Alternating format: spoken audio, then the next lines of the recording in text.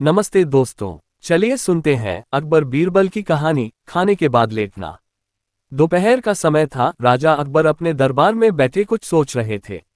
अचानक उन्हें बीरबल की कही हुई एक बात याद आई। उन्हें याद आया कि एक बार बीरबल ने उन्हें एक कहावत सुनाई थी जो कुछ इस तरह से थी, खाने के बाद लेटना और मारने के बाद भागना एक सयाने मनुष्य की निशानी होती है। राजा सोचने लगे, अभी दोपहर का समय है, यकीनन बीरबल खाने के बाद सोने की तैयारी में होगा। चलो आज उसकी बात को गलत साबित किया जाए। ये सोचकर उन्होंने एक सेवक को आदेश दिया कि इसी वक्त बीरबल को दरबार में उपस्थित होने का संदेश दिया जाए। बीरबल अभी खाना खाकर बैठे ही थे कि सेवक राजा का आदेश लेकर बीरबल के पास पहुंचा। बीरबल आदेश के पीछे छिपे राजा की मंशा भली भांति समझ गए। उन्होंने सेवक से कहा, तुम थोड़ी देर रुको, मैं कपड़े बदलकर तुम्हारे साथ ही चलता हूं। अंदर जाकर बीरबल ने अपने लिए एक तन पजामा चुना।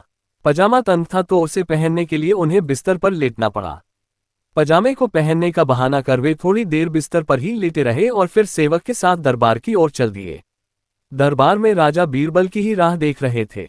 उनके वहां पहुंचते ही राजा ने पूछा, क्यों बीरबल, आज खाने के बाद लेटे थे या नहीं?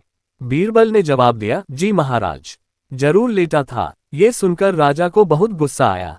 उन्होंने बीरबल से पूछा, इसका मतलब यह है कि तुमने मेरे आदेश का असम्मान किया? तुम उसी समय मेरे सामने क्यों उपस्थित नहीं हुए? इसके लिए मैं तुम्हें सजा देता हूं। बीरबल ने तुरंत जवाब दिया, महाराज, ये सच है कि मैं थोड़ी देर लेटा था, लेकिन मैंने आपके आदेश की अवहेलना नहीं की है। आपको मुझ पर यकीन न हो तो आप सेवक से इस बारे में पूछ सकते हैं।